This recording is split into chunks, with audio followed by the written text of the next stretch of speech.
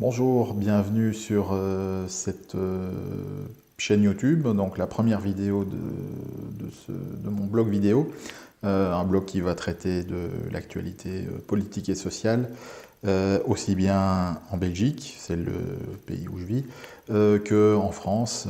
C'est un pays qui est politiquement très très intéressant, et c'est un peu un pays où j'ai parfois milité un petit peu au niveau des campagnes électorales présidentielles en 2012 avec la campagne de Mélenchon, ou même encore l'année passée en 2017 avec toujours celle de Mélenchon bien sûr. Et également un petit peu aussi aux législatives qui ont suivi avec la France Insoumise. Voilà, donc pour l'instant, ce qui compte et qui occupe le haut du pavé, évidemment, c'est les gilets jaunes. Alors les gilets jaunes, ils sont actifs, évidemment très actifs en France, mais ils sont aussi actifs en Belgique. Donc il y a des blocages en Belgique, il y a des manifestations, il y en a eu une vendredi dernier, il va encore y en avoir une cette semaine. Politiquement, ça va peser, puisqu'en plus, le gouvernement, il est en train de tanguer. Il va peut-être, là, dans les prochains jours, il va peut-être être obligé de démissionner. De toute façon, dans 5 ou 6 mois, il y a des élections législatives qui sont prévues en Belgique. Donc il y a beaucoup de choses qui vont changer. Et les gilets jaunes risquent d'être un petit peu, pas dire d'épices sur le potage, mais ça risque d'avoir un impact sur toute l'actualité jusqu'aux prochaines élections. Alors en France, bien sûr, l'impact pour l'instant est beaucoup plus important, mais le fait que ça soit un mouvement qui est pris en France, mais qui est tout de suite, on ait réagi en Belgique, ça montre bien que, alors je parle de la Belgique francophone bien sûr, en Flandre pour l'instant je ne pense pas qu'il y ait eu d'action. Je ne sais même pas je suppose qu'ils sont évidemment au courant en Flandre, mais en tout cas il n'y a pas eu d'émule, qui est le gilet, je ne sais pas comment on dit gilet en néerlandais, mais il n'y a pas encore eu l'équivalent. Ça va peut-être venir. Mais donc le fait que en Wallonie, donc en Belgique francophone, le mouvement des Gilets jaunes se soit lancé aussi vite après la France, ça montre bien que dans les têtes, dans les mentalités, il n'y a pas de frontière entre la France et la Wallonie. Les débats politiques, ils sont à peu près les mêmes. Les thèmes reviennent quand même. Les thèmes français reviennent aussi sur le devant du champ politique belge, c'est indéniable. Et c'est évident que on est, disons, mentalement, on pourrait dire qu'on est à peu près le même peuple entre les Français et les Wallons. Il n'y a pas énormément de différence, donc je trouve tout à fait logique pour moi de faire un blog qui parle aussi bien de la Belgique que de la France. Voilà. Alors, aujourd'hui, je vais plutôt parler de ce qui s'est passé en France, et je vais parler de dimanche, avec, au niveau médiatique, une émission qui a été quand même, qui m'a surpris, agréablement surpris, mais qui me semble montrer que ça craque également au niveau médiatique en France. Donc c'était l'émission de France 2 après le journal télévisé, où donc c'était dimanche soir, où il y avait Léa Salamé et Thomas Soto qui présentaient un débat, donc où il y avait une bonne dizaine d'intervenants. Donc pour moi ça a été le premier débat vraiment que j'ai suivi sur les les chaînes françaises qui parlaient des Gilets jaunes, mais disons, je vais dire au niveau télévisé.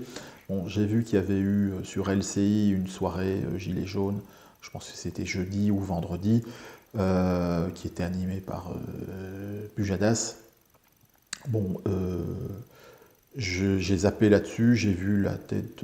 Alors déjà, il y avait, je sais pas, ce sont des débats qui, moi, m'épuisent, puisqu'il y a 50 personnes, ça dure 2 heures, donc tout le monde a le temps de dire 1 minute ou 1 minute 30. Bon, moi, ça me saoule. Et en plus, je tombe dessus et je vois Romain Goupil. Alors, bon, voir sa tête de vendu et de son aigreur permanente, honnêtement, il n'a pas envie de passer une soirée à voir la tête de Romain Goupil, même s'il n'était pas au premier rang, mais bon, donc non, j'ai renoncé à regarder cette émission qui était peut-être intéressante, mais bon, non. Il y a des fois où physiquement on n'est pas capable.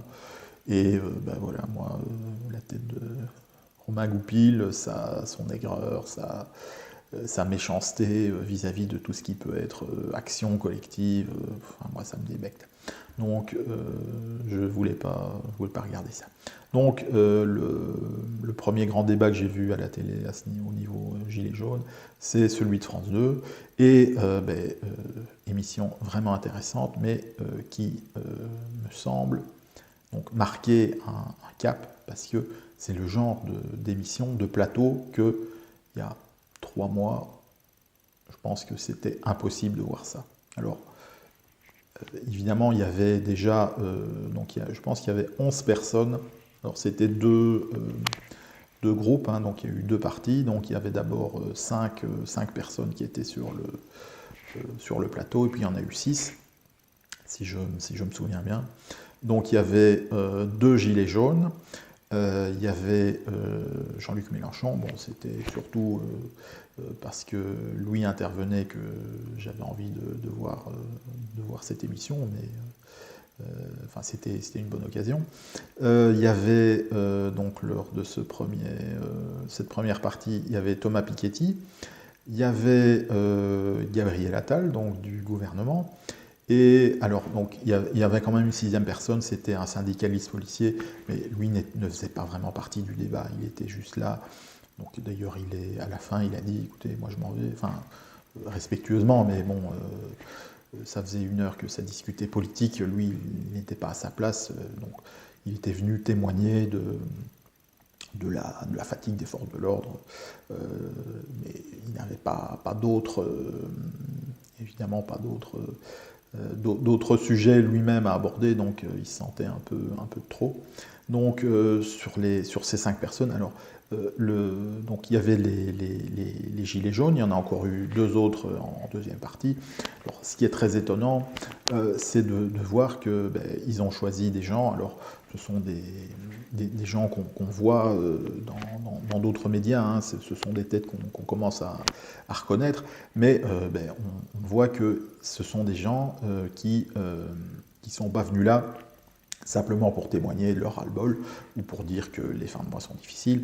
Non, ce sont des gens qui ont un discours politique tout à fait clair, structuré, avec des revendications, mais également, alors je ne vais pas dire un programme politique, mais quand même des propositions, avec des exigences, avec quelque chose de structuré, un discours politique, vraiment. Donc, alors c'était quand même assez sympa de voir, donc ça c'était en deuxième partie, il y avait le grand costaud à côté de François Ruffin qui commence son intervention en disant oui, je ne trouve pas normal qu'on ait privatisé les péages d'autoroute, ils ont été vendus beaucoup trop bon marché, les grandes sociétés d'autoroute se font des couilles en or, on va dire, sur les péages, ça augmente tous les ans, il n'y a aucun investissement. Bon, mais ce garçon-là, il a évidemment tout compris, et il n'est pas seulement en train de se dire « ah, tout coûte trop cher », non, il vient avec des causes, en mettant des gens en accusation, ce sont les gens qui ont bradé qui ont bradé les sociétés d'autoroute au moment de leur vente. Donc c'était Villepin ou Raffarin, donc ça date d'il y a 12-13 ans. Bon, ben, c'est quelque chose de tout à fait précis, factuel, mais c'est un discours qu'on n'a jamais entendu à la télé. D'ailleurs, les hommes politiques, on ne leur laisse même pas dire ça. D'ailleurs, parce que Dupont-Aignan disait lui-même, donc lui il était aussi en deuxième partie, que lui avait porté ce combat contre la privatisation des sociétés d'autoroutes. D'accord, mais moi je ne me rappelle pas avoir entendu d'une façon aussi claire, décisive, le problème de ces péages et de cette privatisation des autoroutes. Alors il y en avait d'autres, hein. Il y avait aussi la dame, donc en première partie, je n'ai pas retenu son nom, mais qui, au membre du gouvernement, disait, mais d'une façon qui était très vigoureuse et très claire, que en fait Macron il avait été élu par 24% des gens, donc, au premier tour, mais avec une abstention très forte, que la plupart des gens ne connaissaient pas le programme de Macron, que Macron avait été élu parce qu'on voulait un barrage à Marine Le Pen, et qu'en fait Macron ne représentait rien, ou pratiquement. Alors, entendre ça sur France 2 à, je sais pas, il devait être 9h15 du soir, sur une émission de grande écoute, c'est quelque chose qu'on n'a jamais entendu. Ça fait 1 an et demi qu'il y a des gens qui le pensent, mais personne, on ne le laisse jamais dire à personne. Donc, parce que si un homme politique, alors je vais dire un François Ruffin, un Quatennens ou un Mélenchon, déjà, ils sont très, très rarement invités à discourir à 20h ou 20h30 sur France 2, mais en plus, s'ils osaient dire ça, on leur dirait, mais dites donc, vous êtes des mauvais perdants, et vous voulez remettre en cause la démocratie, et machin, et vous n'acceptez pas le résultat des urnes, toujours en faisant passer ça pour le fait de mauvais perdants, alors que, bon, c'est pas ça, et d'ailleurs eux-mêmes reconnaissent, donc les députés France Insoumise, eux-mêmes reconnaissent que quand ils ont été élus donc, aux législatives suivantes où l'abstention était encore plus forte qu'aux présidentielles, mais ils ont été élus par peu de gens, c'est vrai. Vu les niveaux d'abstention, en fait, personne en fait, dans cette Assemblée nationale française ne représente grand-chose, puisque le premier parti de France, c'est l'abstention. Donc, avoir ce discours-là par une personne lambda, enfin, ça faisait vraiment du bien de l'entendre. Et d'ailleurs, bon, et tout ça a fait une soirée vraiment, vraiment intéressante, parce qu'à chaque fois que les gilets jaunes se sont exprimés, on a eu des choses concrètes, mais pas du niveau pas un niveau trop bas. On a vraiment eu du concret, des revendications. On a demandé, enfin il y en a eu un qui a demandé la dissolution de l'Assemblée, de revoter, relancer des élections législatives. Tout ça, c'est quand même très, très, très novateur. Et c'est quelque chose qu'on n'entend pas souvent à la télévision, aux heures de grande écoute, sur une grande chaîne. Alors, il y en a un qui a dû passer une très bonne soirée là, sur France 2 dimanche passé, c'est Jean-Luc Mélenchon. D'abord parce que, pour une fois qu'il va sur cette chaîne et qui ne se fait pas écharper, déchiqueter par des questions fielleuses, je pense que ça a dû lui faire tout drôle, hein, donc je pense que c'est quelque chose qu'il faut en profiter.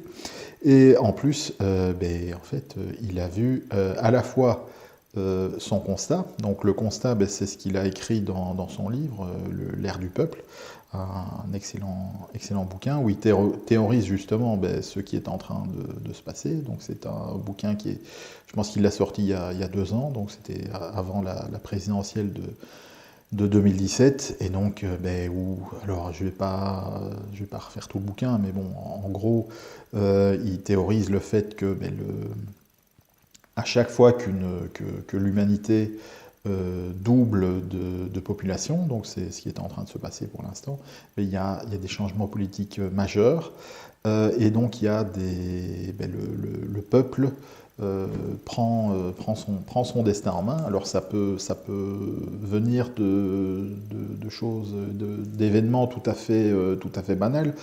Ça peut être l'augmentation d'un ticket de bus, ça peut être la privatisation d'une compagnie de distribution d'eau en Amérique latine. Enfin, ce sont vraiment des petites choses du commun, des petites choses de la vie quotidienne, mais qui touchent tout le monde et qui, à un moment, en fait, tout le monde se rend compte que la vie telle qu'on la connaissait n'est plus possible, malgré que on se serre la ceinture, on mord sur sa chic comme les classes populaires en ont l'habitude, et les classes moyennes aussi, hein, faut pas déconner. Depuis 30 ans, là, il y a un moment où ça va plus. Donc là, aujourd'hui, c'est le prix des carburants. C'est pas très malin de la part de Macron, mais ça, je reviendrai un peu plus tard, d'avoir attaqué sur ce sujet. Mais donc, il y a donc cet élément déclencheur qui peut être vraiment tout à fait fortuit, qui peut être très banal, et qui met en branle des secteurs de la société qui généralement sont relativement passifs, mais qui là se rendent compte que les gens qui les gouvernent, il faut qu'ils dégagent. Tout simplement parce qu'ils ne sont plus capables de répondre aux aspirations de leur population, et que la population se rend compte qu'il n'y a plus rien à tirer de ce vieux personnel politique. Donc là, on peut quand même penser que cet épisode Gilets jaunes là, qui dure depuis quelques semaines, c'est vraiment un élément tout à fait pur, disons, et très très parlant de cette théorie du dégagisme que Mélenchon a expliqué dans l'ère du peuple. Donc déjà, Mélenchon, il voit un peuple en mouvement, puisque tous les représentants des Gilets jaunes qui sont là sur le plateau, ils disent des choses extrêmement politiques. Ils ont des revendications qui sont, et je pense qu'il y a quelqu'un, un des Gilets jaunes là, sur le plateau, qui a dit: nous voulons reprendre le pouvoir, nous voulons reprendre notre destin en main. C'est typiquement ce que Mélenchon prévoyait. Donc ça, c'est un aspect. Et il y a aussi le fait que le programme politique qui est réclamé, et qui est par une bonne partie des Gilets jaunes, puisque il y a des revendications qui ont quand même circulé, ce programme politique, il y a un homme politique qui le portait aussi durant la campagne présidentielle. Cet homme politique, c'est Mélenchon. Donc oui, le programme de Mélenchon, c'était, en tout cas en partie, il est réclamé par les Gilets jaunes. Donc il y a aussi bien des aspirations démocratiques comme la fin de la Ve République, une assemblée constituante, c'est quelque chose qui revient quand même très souvent dans les revendications. Il y a aussi un nouveau rôle au Parlement et à l'Assemblée nationale. Il y a au niveau plutôt au niveau économique, il y a un développement des services publics, il y a du réinvestissement, il y a la transition écologique.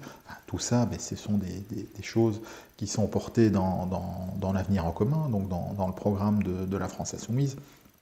Donc il est clair que ce dimanche, Mélenchon, il passait une excellente soirée à voir tous les thèmes que lui défend être également défendus par d'autres personnes, par les Gilets jaunes, qui sont maintenant en mouvement. Alors, est-ce que sur quoi ça va déboucher? Bon, ça dépendra un petit peu de la suite des événements. On voit là maintenant que la reculade gouvernementale n'a pas l'air de satisfaire grand monde. Enfin, mais ça, je vais revenir là-dessus un peu plus tard. Hein. Donc cette soirée médiatique, je vais quand même encore essayer un peu de la décrire parce qu'il y a encore des éléments qui me semblent importants. Donc dans le fait que généralement quand il y a des débats sur France 2 ou sur TF1, sur TF1 il n'y en a pas tellement, hein, ils n'ont pas tellement intérêt à faire ça, mais disons sur France 2 qui est la chaîne publique de l'officialité, on va dire, on voit que donc la composition du plateau est quand même quelque chose de tout à fait étrange quand on compare à ce qui a pu se faire auparavant, parce que donc sur les 5 personnes qui étaient présentes là dans cette première partie, il y a 2 gilets jaunes qui ne sont pas franchement hostiles à Mélenchon bien sûr, et que Mélenchon soutient. Il y a Thomas Piketty. Alors, c'est un économiste, il est dans la mouvance socialiste, mais enfin, plutôt quand même socialiste critique. Donc, il est clairement pas du côté de Macron, il est très critique vis-à-vis de sa politique fiscale, et donc les interventions qu'il a eues n'ont pas du tout été des interventions pour défendre le programme ou la politique de Macron. Et donc ça fait déjà 4 personnes, et le 5e c'était Gabriel Attal. Alors, membre du gouvernement, enfin c'est le numéro 53, 54, enfin, ça fait 3 semaines qu'il est là. C'est aussi là, je pense, un signe que la Macronie vacille, parce que ils ont envoyé vraiment le dernier sous-fifre. D'ailleurs, Emmanuel Todd, en deuxième partie, a dit que c'était les petits soldats du macronisme qui étaient sur le plateau, courageux, mais quand même dépassés. Et oui, ce gars-là a un poids politique absolument imperceptible, on va dire. Hein. Et en plus, alors son discours, c'était vraiment de l'enfumage à coup de... on a été... ça, c'est toujours évidemment ce qui revient. Nous avons été élus, et Macron a été élu, nous avons été élus, nous avons la majorité, donc nous faisons la politique que les Français ont choisie. C'est à ce moment-là que la dame gilet jaune a commencé... je pense, son intervention sur le manque de représentativité de la majorité macroniste. Donc ça, c'était vraiment un passage savoureux. Et il y a aussi eu ces interventions où il a parlé de territoire, de table ronde de la discussion territoriale, comme si, alors les territoires sont différents, et donc il faut des solutions différentes pour chaque territoire, et donc il faut organiser les tables rondes de la territorialité dialoguiste. Enfin, tout ça est franchement ridicule, parce que quand on est dans Lyon et qu'on doit faire 50 km pour une maternité, est-ce qu'on est vraiment dans une situation tellement différente du mec qui est dans l'Aveyron et qui doit faire 20 km pour aller au bureau de poste? Je ne pense pas. D'ailleurs, c'est aussi ce qui fait peuple et ce qui est en train de ressouder le peuple, c'est que on se rend compte que quel que soit le paysage dans lequel on vit, alors que ce soit les sapins des Ardennes ou les garrigues de Provence ou les pins des Landes, en fait, on est est dans la même merde.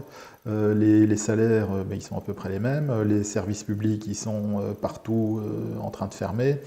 Et donc, ben, dès qu'on est en dehors des réseaux, et donc du métropolitain, on va dire, ben, on est vraiment dans des situations où on ne peut pas se passer de voiture qui a d'ailleurs, bon, enfin, parce que il faut quand même bien le dire aussi, là ça fait 2 mois qu'on tape sur le diesel.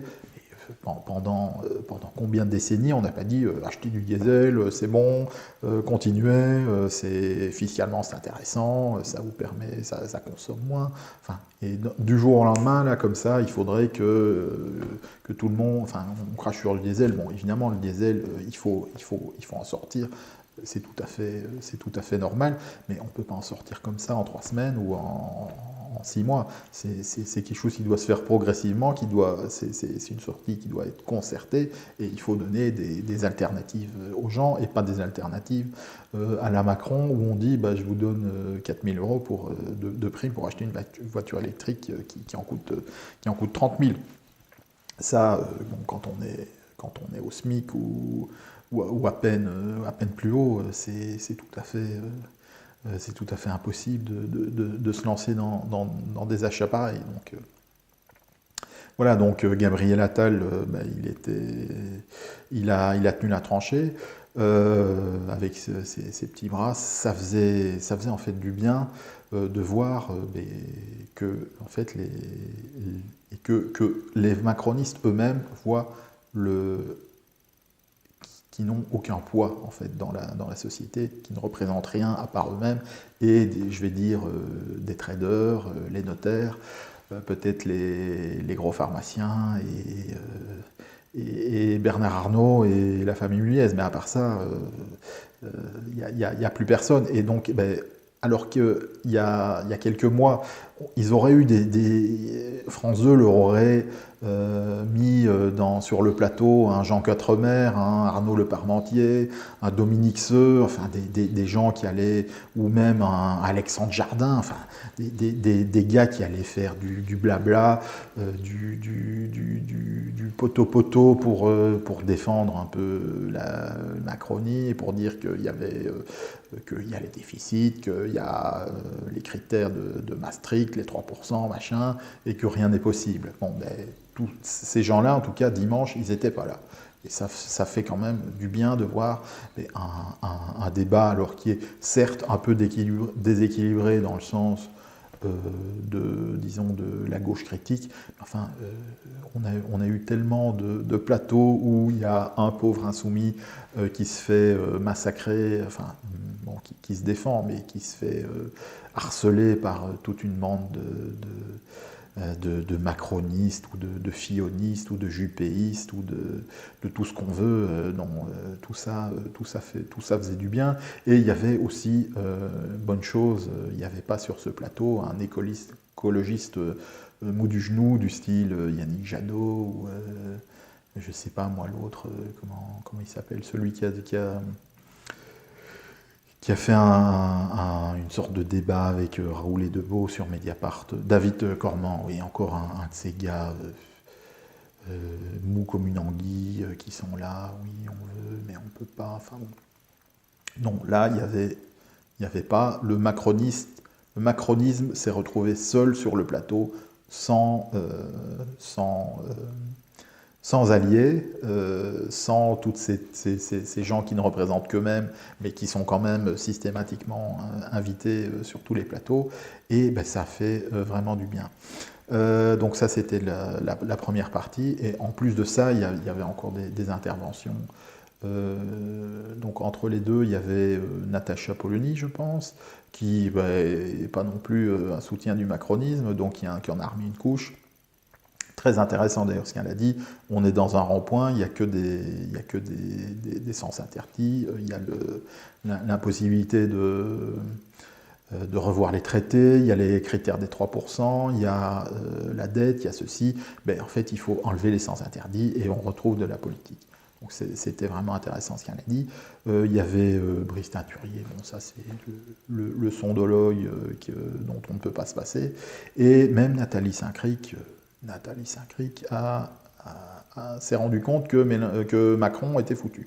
Alors là, la lumière est arrivée dans son cerveau. Donc voilà, elle s'est rendue compte que Macron, sa politique ne le menait à rien, et que, vu sa façon de réagir, il était en tout cas en très mauvaise posture, même elle, de temps en temps, a des éclairs de lucidité. Donc ça, c'est quand même un beau moment aussi. En deuxième partie, de nouveau, donc là il y avait 6 intervenants, donc il y avait de nouveau 2 gilets jaunes, encore une fois des gens intéressants. Donc il y avait le gars qui parlait qui avait parlé aussi bien, il a parlé du scandale des péages autoroutiers, mais également il a parlé de dissolution de l'Assemblée nationale. Enfin, il y a eu beaucoup de choses qu'il a dites. Il y avait encore Madame Levavasseur, donc qui est aussi une gilet jaune, qui est plus modérée, mais bon, qui dit aussi des choses qui sont dans cet ordre d'idées. Il y avait donc François Ruffin. Alors c'est fou quand même, hein, sur 11 personnes, ils invitent 2 parlementaires de la France Insoumise. Donc ça montre quand même que c'est à la France Insoumise qu'on a un véritable, une capacité d'analyse sur ce qui se passe, et qu'on est capable de produire un discours. D'abord qu'on connaît les gens qui sont sur les ronds-points, les gilets jaunes, puisque Ruffin, d'ailleurs, il le disait, il a passé son week-end sur les ronds-points. Donc, quand il faut parler de ce mouvement des gilets jaunes, la France Insoumise est incontournable. Donc ça, c'est quand même un point qui est tout à fait intéressant à noter. Donc il y avait ces gens-là. Alors il y avait encore dans un rôle comme Piketty en première partie, disons d'expert témoin, c'était Emmanuel Todd. Alors Emmanuel Todd, c'est évidemment encore pas du tout un soutien de Macron, hein, c'est le moins qu'on puisse dire. Il y avait Nicolas Dupont-Aignan. Bon, c'est aussi une personnalité. Alors, bon, il a ses lubies sur l'immigration qui le rendent absolument insupportable, mais en même temps, il est aussi capable de lucidité sur ce qui est en train de se passer, sur le fait qu'il faut une refondation, disons, de la démocratie française, et que, et ça, il le porte depuis quand même longtemps, sur le fait que la politique dans l'Union européenne est quand même rendue extraordinairement compliquée. Alors lui, je pense que sa vision, c'est d'en sortir tout de suite, il me semble. Je ne suis plus tout à fait sûr. Mais en tout cas, bon, c'est une position qu'il faut écouter. Voilà. Donc Dupont-Aignan. Et encore, dans les petits soldats du macronisme, il y avait Amélie de Montchalvin, enfin une députée, alors une des 350 députés du parti macroniste.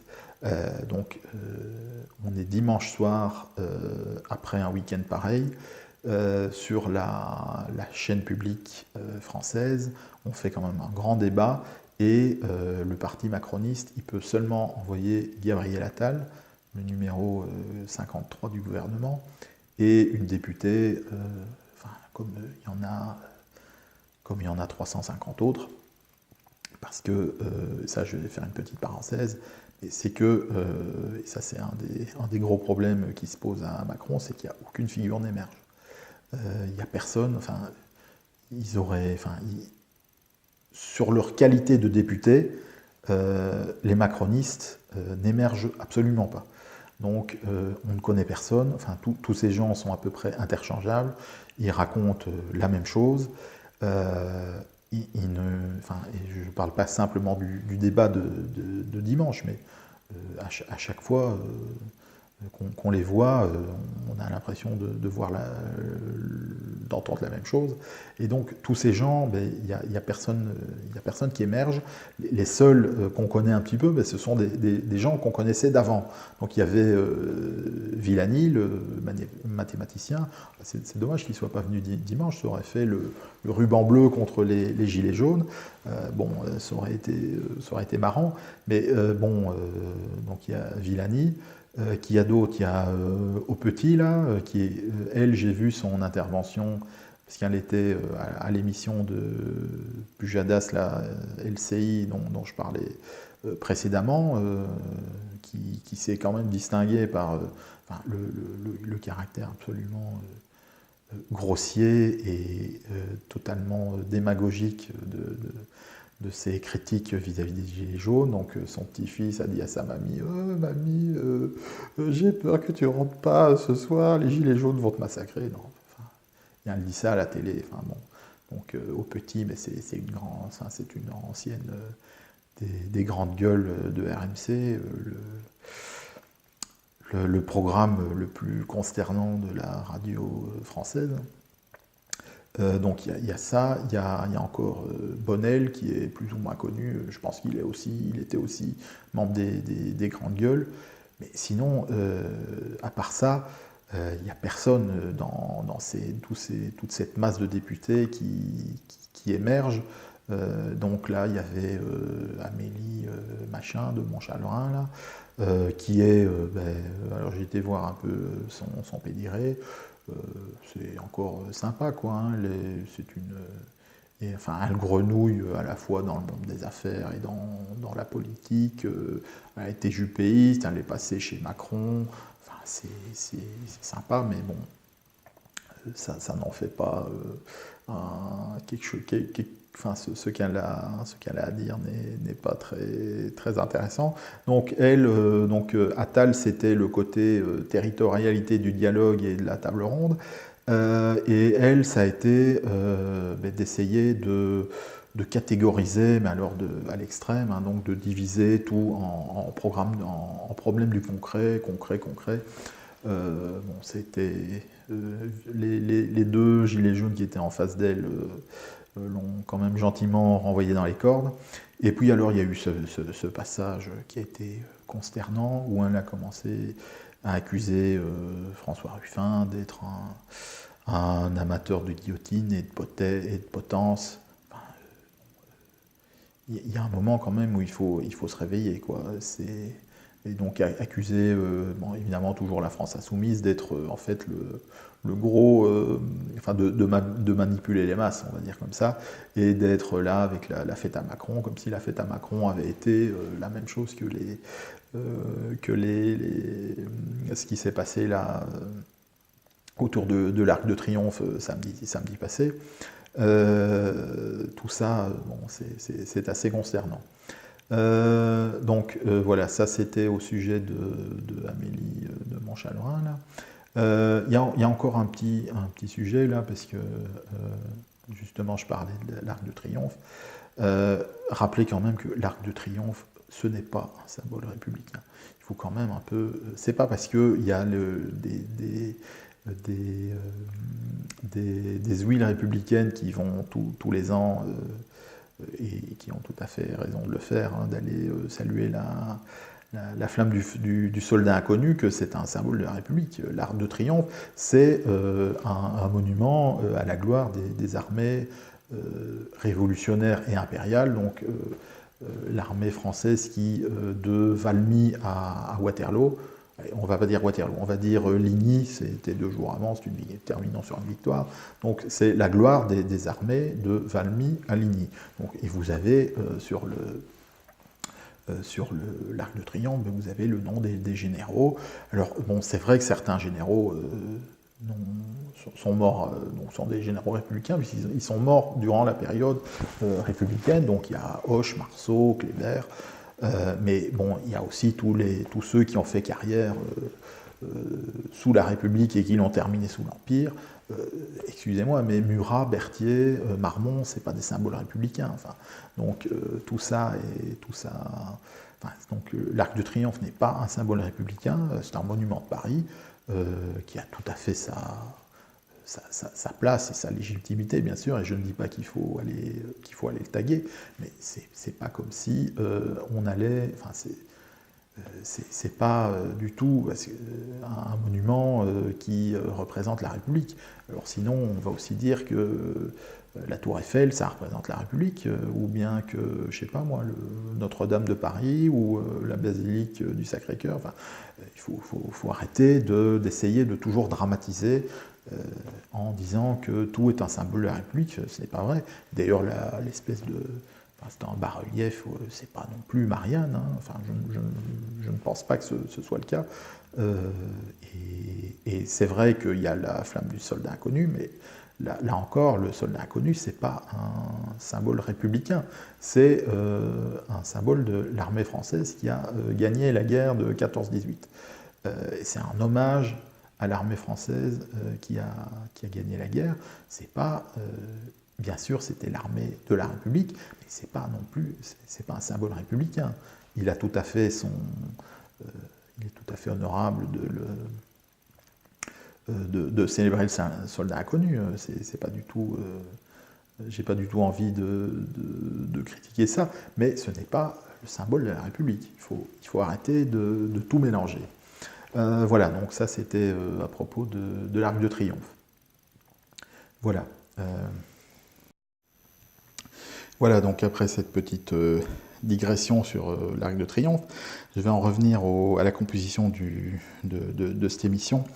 Les macronistes peu nombreux, des gens, disons, des seconds couteaux, des troisièmes couteaux même, et c'est quand même surprenant de voir qu'il n'y a personne pour défendre...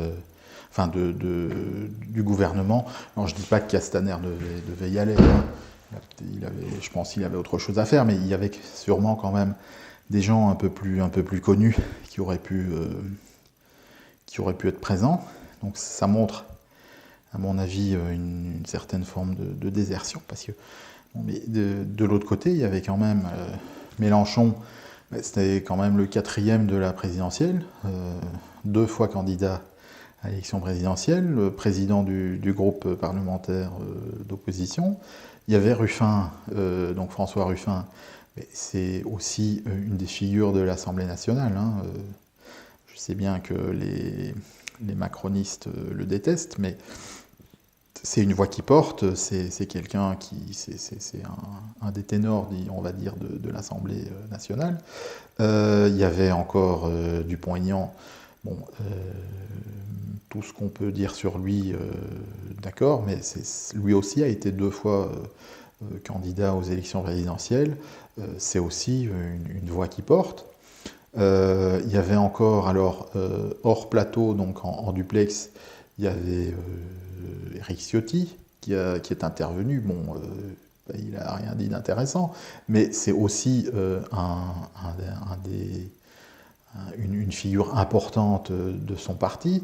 Il y avait, je pense qu'il y avait Chenu aussi du Front National, enfin Front National, enfin ils s'appellent comme ils veulent, qui lui aussi est une figure un peu connue.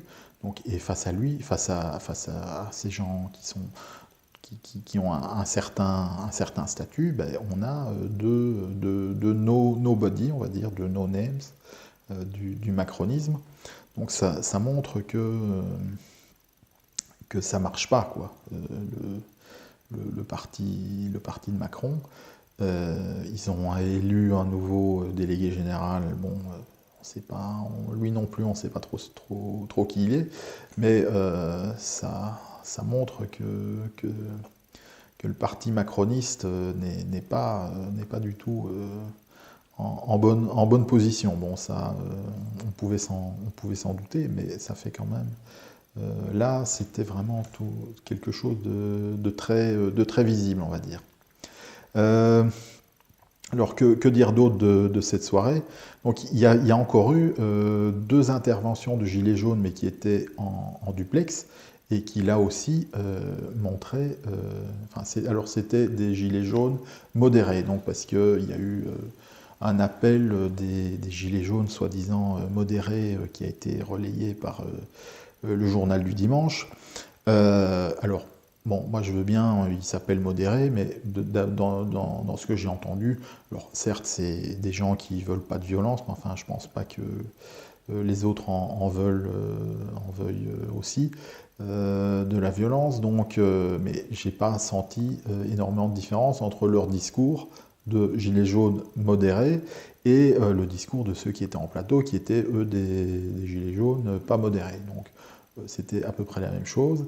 Et d'ailleurs, je ne sais plus comment il s'appelle, qui intervenait de Toulouse, lui aussi a dit on veut des élections, on veut une dissolution, on veut de la proportionnelle, parce qu'il n'est pas normal que des partis aussi importants que la France Insoumise ou le Front National et à eux deux 40% des voix et 20 députés sur 600, ce n'est pas normal, démocratiquement, c'est pas acceptable. Bon, ben, tout ça, ce sont des prises de position qui sont politiques et qui sont pas simplement l'expression d'un ras-le-bol.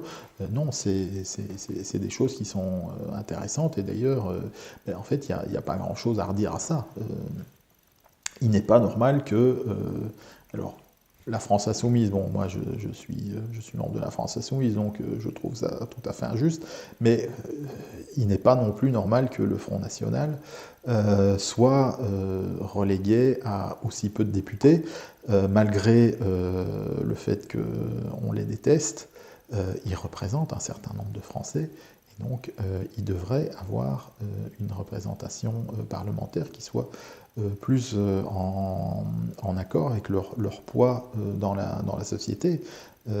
Sinon, ben, c'est mettre un couvercle sur de l'eau ou sur une cocotte minute, mais ça ne fait que retarder le surgissement du problème, on va dire.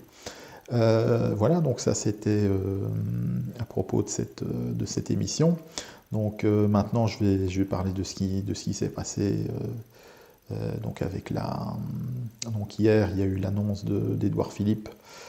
Édouard Philippe d'ailleurs, soit dit en passant, c'est vraiment le fusible, enfin c'est le gars qui n'a aucun poids politique, il faut quand même le rappeler, et qui ne pèse absolument pas sur la situation. C'est tout à fait visible maintenant, mais ce gars-là, enfin, ça pourrait être n'importe qui d'autre. Je pense que ça serait pareil, mais on a vraiment un Premier ministre qui est un porte-serviette, qui est comme disait Chirac, un collaborateur, mais rien de plus. Vraiment, il n'a aucune autonomie, ou en tout cas, il ne la montre pas. Et je pense que la seule solution qu'il aura un jour, enfin, et à mon avis très prochainement, ce sera de démissionner, parce qu'il est placé dans une position... par l'intransigeance de Macron qui est insoluble pour lui. Voilà, donc Philippe, ben, il a annoncé là, le moratoire sur les augmentations de prix du carburant. Alors il y a encore 2-3 mesurettes.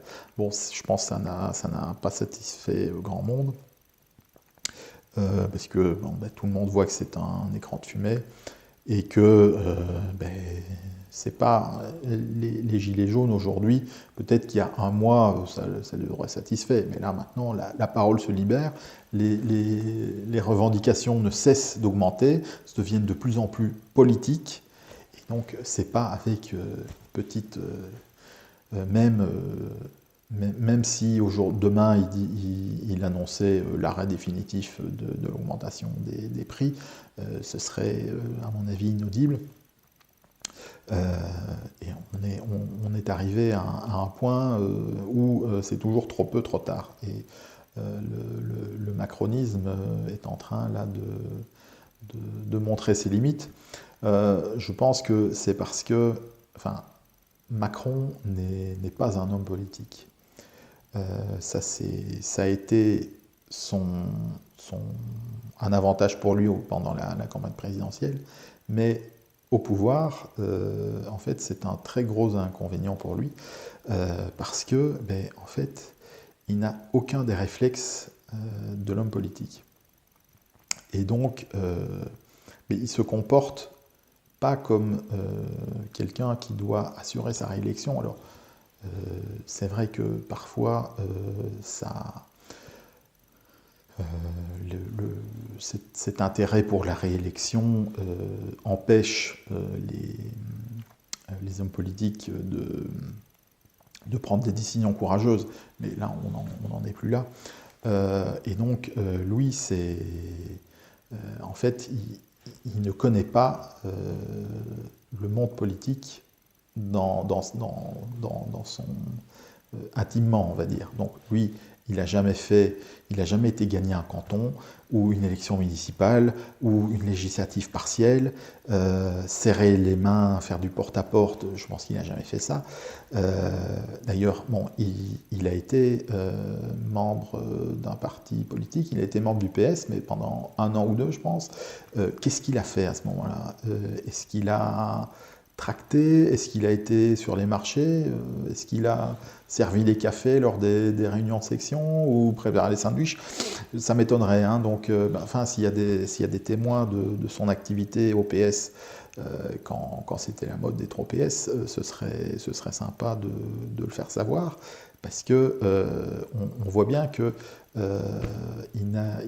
le monde politique, la forme parti ou mouvement politique, il ne connaît pas, et donc il a des réflexes de cadre, de haut, on va dire plus que cadre, hein, mais de membres de conseil d'administration, disons, dans des grosses entreprises privées, et où on ne connaît en fait pas le rapport de force, on connaît le rapport hiérarchique.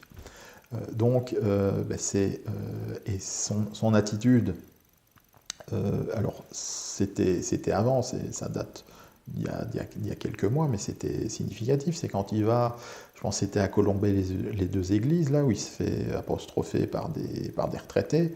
Bon, déjà, s'attaquer aux retraités, attaquer le pouvoir d'achat des retraités, c'est vraiment la dernière des choses à faire pour un homme politique, parce que c'est la catégorie qui vote le plus.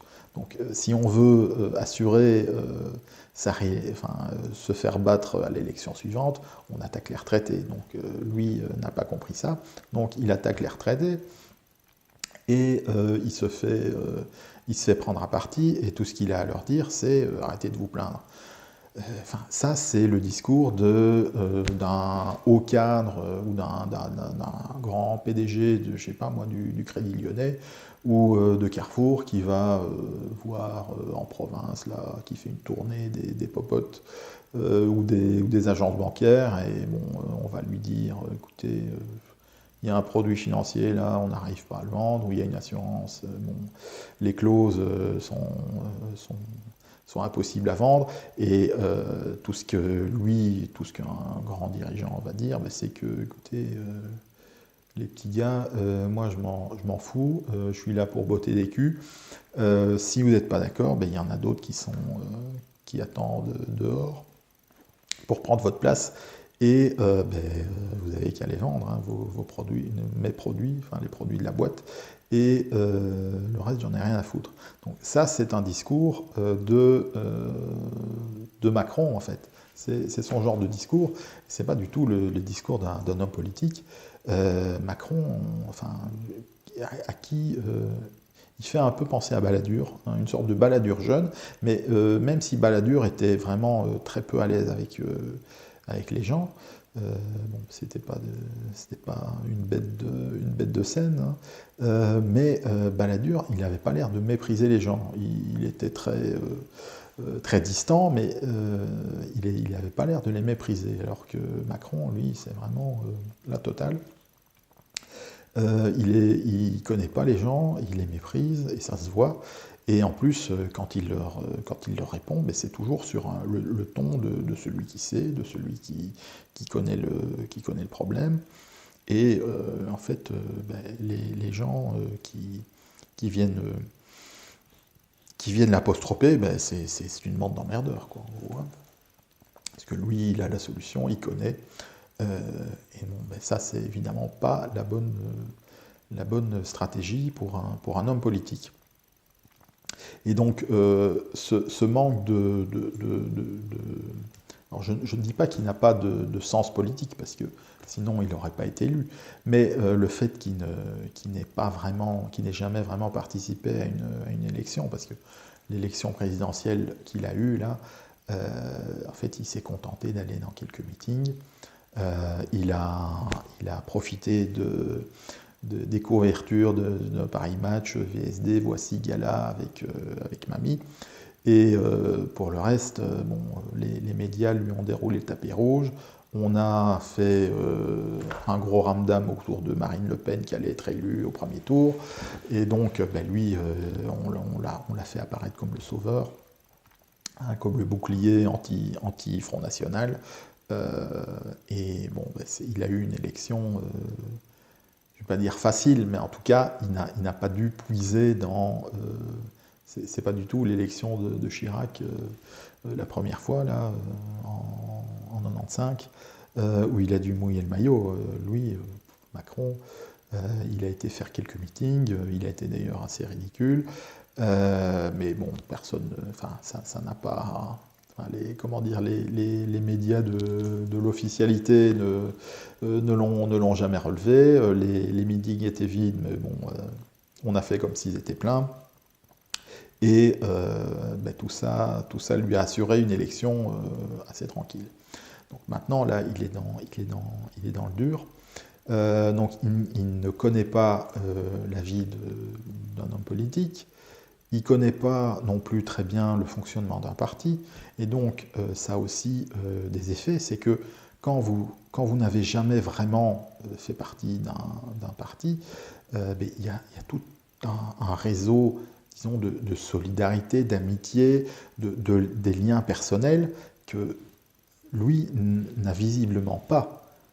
D'ailleurs, est-ce qu'il connaît les députés de son parti? Parce que ces gens-là, ils ont été élus dans la foulée de l'élection présidentielle, la plupart ont été élus sur CV.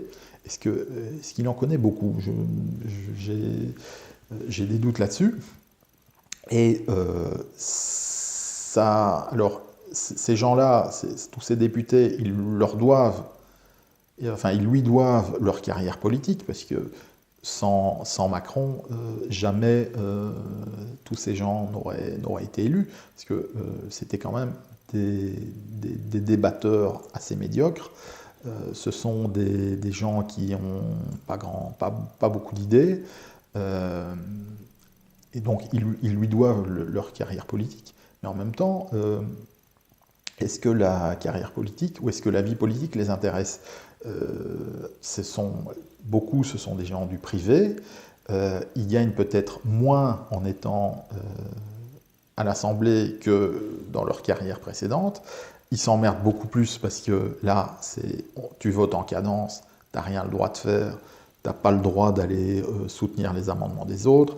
Et en fait, bon, tu as 2-3 garde-chiourmes du style, comment il s'appelle, le président de l'Assemblée, là maintenant, Ferrand, et encore, il n'était pas très présent, enfin, t'en as 2-3, mais sinon, qui font régner la discipline, mais tous ces gens-là, il y a un moment où peut-être qu'ils vont quand même, d'abord parce qu'ils ont très peu, en fait, de liens avec leur parti, leur mouvement, ils ont, pour la plupart, ils connaissent peut-être pas Macron personnellement, et donc ça risque peut-être de poser des problèmes dans l'avenir, quoi, parce que pour l'instant ils sont extrêmement disciplinés, mais il y a un moment où ils vont dire stop, parce que aller servir de chair à canon comme les deux autres là l'ont fait dimanche passé, je ne suis pas sûr que ça va les intéresser longtemps, parce que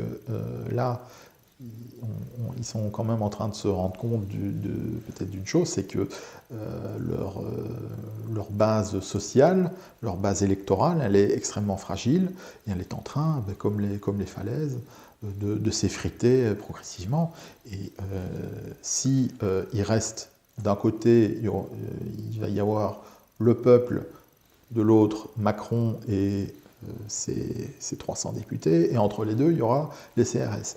Ça ne va pas tenir très longtemps, et à mon avis, les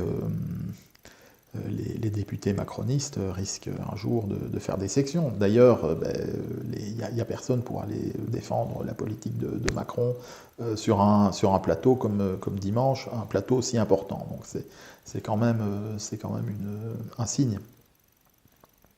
Voilà. Alors, donc ça c'était pour le manque de fiabilité, à mon avis, qui va bientôt arriver et qu'on va bientôt voir de la majorité macroniste.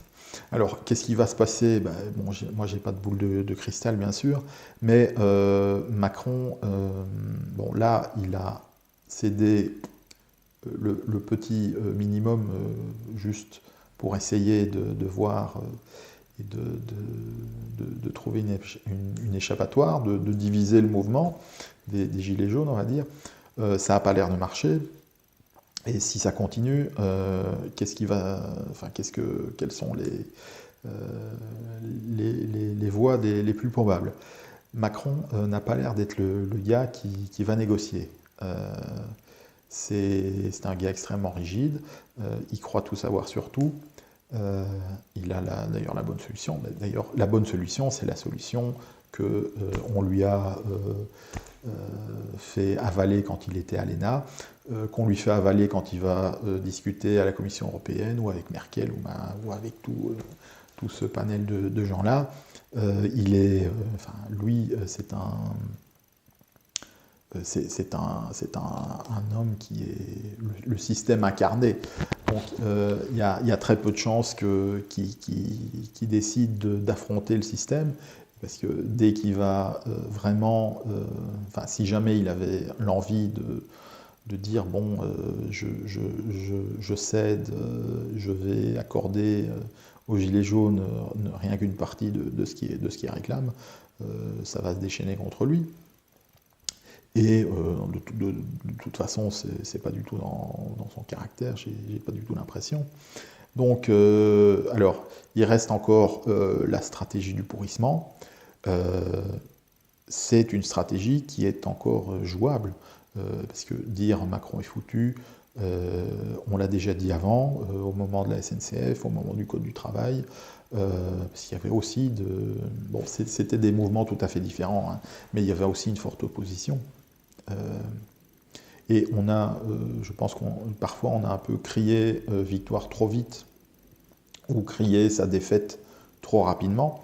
Donc il ne faut pas non plus croire que tout est foutu pour lui. Mais la seule carte qui peut encore jouer, c'est le pourrissement, c'est l'affrontement, c'est les CRS, c'est continuer à avoir des images de violence qui sont provoquées, hein, parce que ce qui s'est passé autour de l'Arc de Triomphe, c'est une nasse. On a nassé quelques centaines de gilets jaunes, on les a gazés, on leur a envoyé du lacrymo, et puis après on s'étonne que ces gens-là se révoltent et attaquent les CRS et ripostent. Et tout ça sous tout ça sous l'œil des caméras, c'est pas du tout... c'est ce qu'ils voulaient. Donc ils ont eu leurs images de violence. Mais d'abord, toute cette violence, elle radicalise ceux qui en sont victimes, donc aussi bien ceux qui se font gazer que tous les autres gilets jaunes qui savent bien que le mouvement des gilets jaunes, c'est bien autre chose que quelques briques vitrines sur les Champs-Élysées ou un tag sur l'Arc de Triomphe, hein, qu'on a vu pendant des heures. Alors, je sais pas, c'était hier, hier Mélenchon était sur LCI, et pendant un quart d'heure derrière lui, il y avait le mec qui essuyait les tags sur l'Arc de Triomphe. Ça fait partie de ce que le parti médiatique essaye de faire, de montrer, mais on voit bien que ça marche pas trop. Donc il y a le pourrissement. Céder Macron, c'est pas son genre. Il y a encore donc céder, que ce soit, parce que là, maintenant, s'il doit céder, il doit en fait dissoudre l'Assemblée nationale. Donc ça, je pense pas que ce soit dans son style. Par contre, il peut encore faire un coup d'éclat, et c'est de démissionner. Ça me semble plus plausible.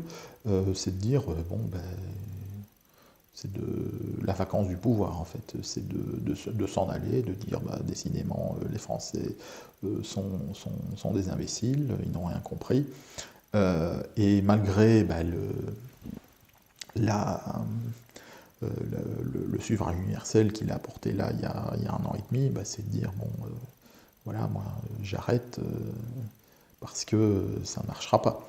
Ça, c'est, à mon avis, plus plausible que d'avoir une dissolution de l'Assemblée nationale. Enfin, c'est ce que je pense. Bon, Macron, je ne l'ai jamais rencontré, bien sûr, mais de tout ce qu'on voit, je vois plus un coup d'éclat, alors à la De Gaulle, mais bon, enfin, peut-être qu'il se prend pour De Gaulle, hein. Macron, c'est bien possible, hein, il a quand même un ego qui est assez, alors, comme on dit, surdimensionné, hein, comme c'est ce qui vient toujours après ego, c'est surdimensionné. Donc on va utiliser cette expression que j'aime pas tellement. Mais oui, il a de l'ego. Et bah oui, il se prend peut-être encore pour De Gaulle. Bon, De Gaulle, il avait une vie autrement plus riche et plus intéressante. Et il a fait des choses quand même que Macron serait bien en peine de réaliser.